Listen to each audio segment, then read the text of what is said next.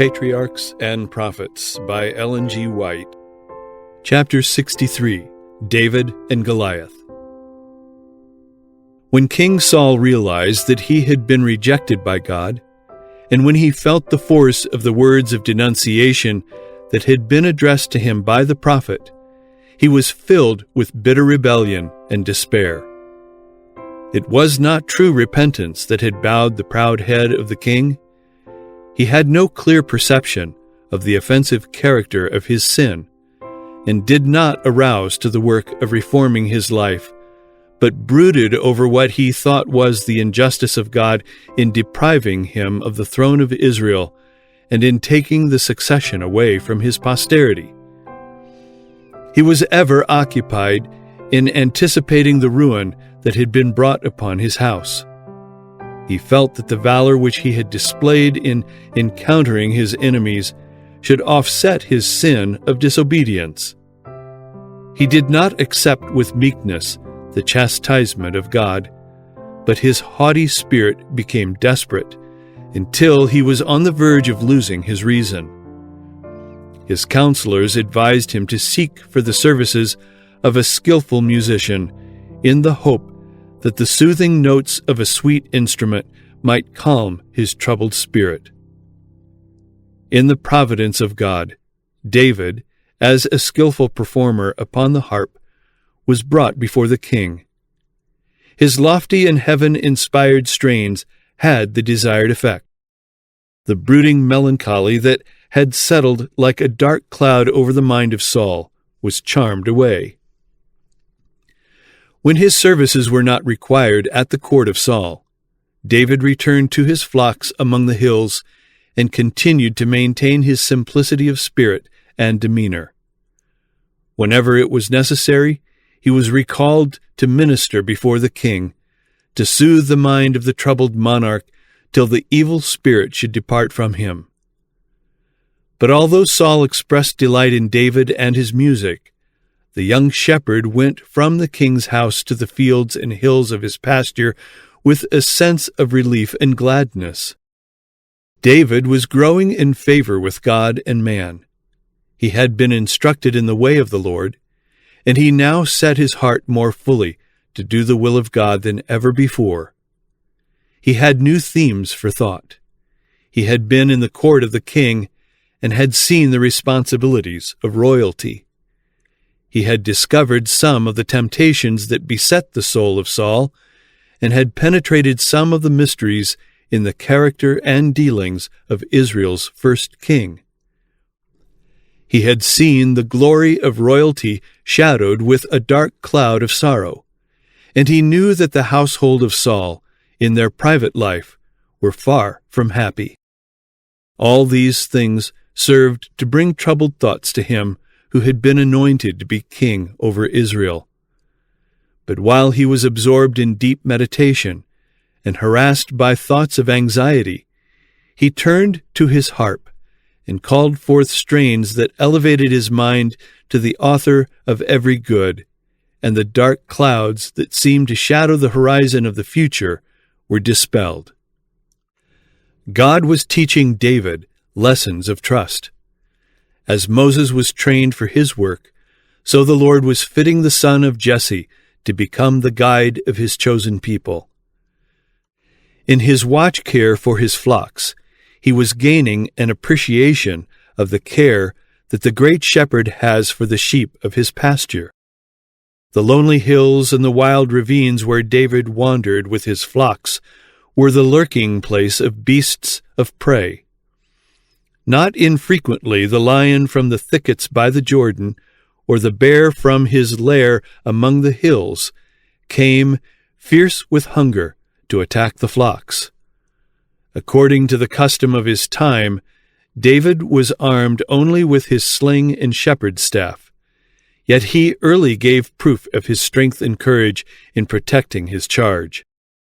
Afterward, describing these encounters, he said, "When there came a lion or a bear and took a lamb out of the flock, I went out after him and smote him and delivered it out of his mouth. And when he arose against me, I caught him by his beard and smote him and slew him. 1 Samuel 17, verses 34 and 35, Revised Version. His experience in these matters proved the heart of David and developed in him courage and fortitude and faith. Even before he was summoned to the court of Saul, David had distinguished himself by deeds of valor. The officer who brought him to the notice of the king declared him to be a mighty valiant man, and a man of war, and prudent in matters. And he said, "The Lord is with him." When war was declared by Israel against the Philistines, 3 of the sons of Jesse joined the army under Saul, but David remained at home. After a time, however, he went to visit the camp of Saul. By his father's direction, he was to carry a message and a gift to his elder brothers, and to learn if they were still in safety and health. But unknown to Jesse, the youthful shepherd had been entrusted with a higher mission. The armies of Israel were in peril, and David had been directed by an angel to save his people. As David drew near to the army, he heard the sound of commotion, as if an engagement was about to begin. And the host was going forth to the fight, and shouted for the battle. Israel and the Philistines were drawn up in array, army against army. David ran to the army and came and saluted his brothers. While he was talking with them, Goliath, the champion of the Philistines, came forth, and with insulting language defied Israel and challenged them to provide a man from their ranks who would meet him in single combat. He repeated his challenge, and when David saw that all Israel were filled with fear and learned that the Philistines' defiance was hurled at them day after day without arousing a champion to silence the boaster, his spirit was stirred within him.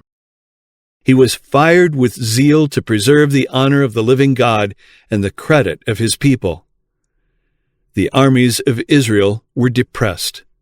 Their courage failed. They said one to another, "Have you seen this man that is come up? Surely to defy Israel is he come up." In shame and indignation, David exclaimed, "Who is this uncircumcised Philistine that he should defy the armies of the living God?" Eliab, David's eldest brother, when he heard these words, knew well the feelings that were stirring the young man's soul. Even as a shepherd, David had manifested daring, courage, and strength, but rarely witnessed. And the mysterious visit of Samuel to their father's house and his silent departure had awakened in the minds of the brothers suspicions of the real object of his visit. Their jealousy had been aroused as they saw David honored above them, and they did not regard him with the respect and love due to his integrity and brotherly tenderness.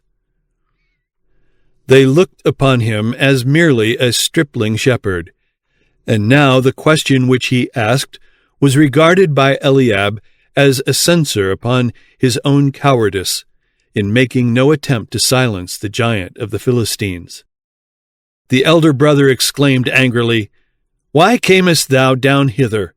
And with whom hast thou left those few sheep in the wilderness? I know thy pride and the naughtiness of thine heart, for thou art come down that thou mightest see the battle." David's answer was respectful but decided. "What have I now done? Is there not a cause?" The words of David were repeated to the king, who summoned the youth before him. Saul listened with astonishment to the words of the shepherd as he said, "Let no man's heart fail because of him. Thy servant will go and fight with this Philistine." Saul strove to turn David from his purpose, but the young man was not to be moved. He replied in a simple, unassuming way, relating his experiences while guarding his father's flocks. And he said, "The Lord that delivered me out of the paw of the lion and out of the paw of the bear. He will deliver me out of the hand of this Philistine. And Saul said unto David, Go, and the Lord be with thee. For 40 days the host of Israel had trembled before the haughty challenge of the Philistine giant. Their hearts failed within them as they looked upon his massive form, in height measuring 6 cubits and a span. Upon his head was a helmet of brass. He was clothed with a coat of mail that weighed 5,000 shekels, and he had greaves of brass upon his legs. The coat was made of plates of brass that overlaid one another like the scales of a fish, and they were so closely joined that no dart or arrow could possibly penetrate the armor. At his back the giant bore a huge javelin, or a lance, also of brass. The staff of his spear was like a weaver's beam, and his spear's head weighed 600 shekels of iron, and one bearing a shield went before him. Morning and evening Goliath had approached the camp of Israel, saying with a loud voice, Why are you come out to set your battle in array? Am not I a Philistine, and ye servants to Saul? Choose you a man for you, and let him come down to me. If he be able to fight with me, and to kill me, then will we be your servants. But if I prevail against him, and kill him, then shall ye be our servants, and serve us.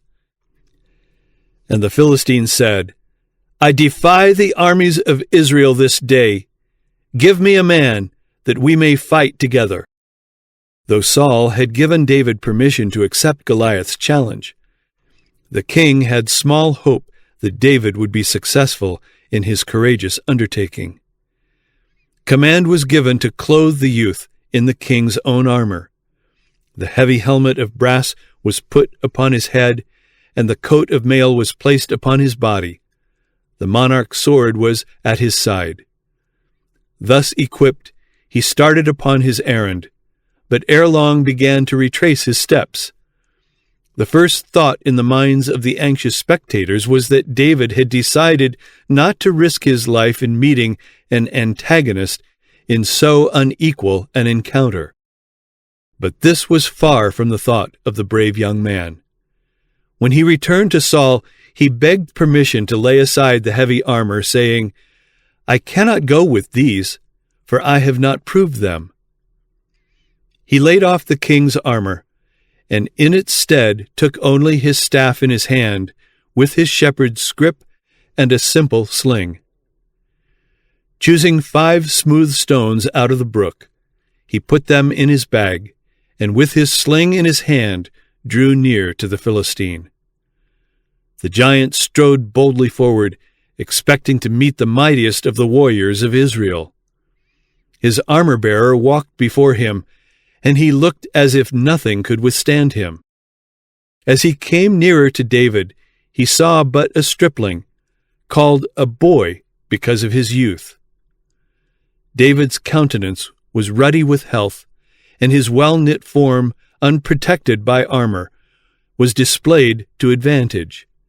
Yet between its youthful outline and the massive proportions of the Philistine, there was a marked contrast. Goliath was filled with amazement and anger. Am I a dog, he exclaimed, that thou comest to me with staves? Then he poured upon David the most terrible curses by all the gods of his knowledge. He cried in derision, Come to me, and I will give thy flesh unto the fowls of the air, and to the beasts of the field. David did not weaken before the champion of the Philistines. Stepping forward, he said to his antagonist, Thou comest to me with a sword, and with a spear, and with a shield.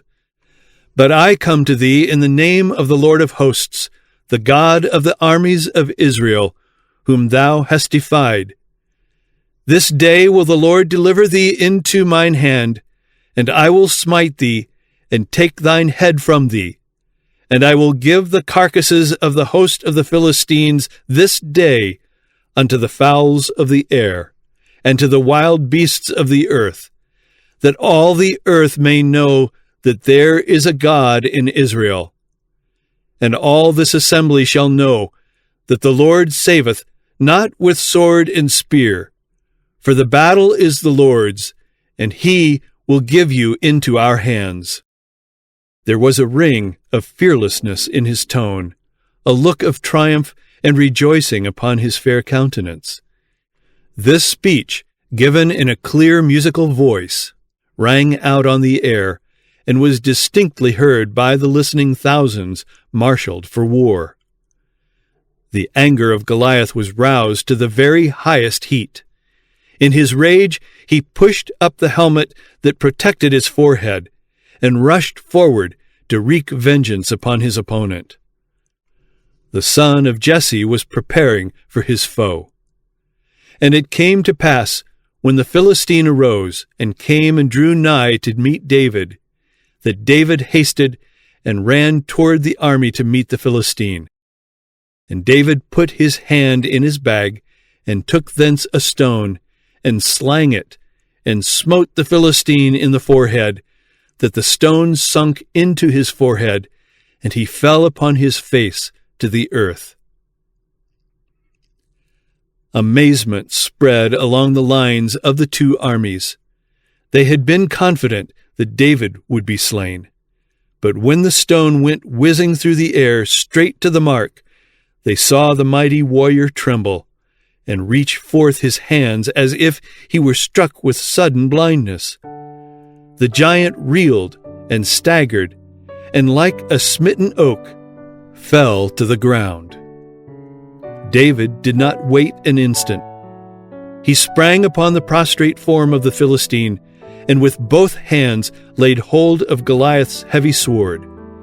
A moment before, the giant had boasted that with it he would sever the youth's head from his shoulders and give his body to the fowls of the air. Now it was lifted in the air, and then the head of the boaster rolled from his trunk, and a shout of exultation went up from the camp of Israel.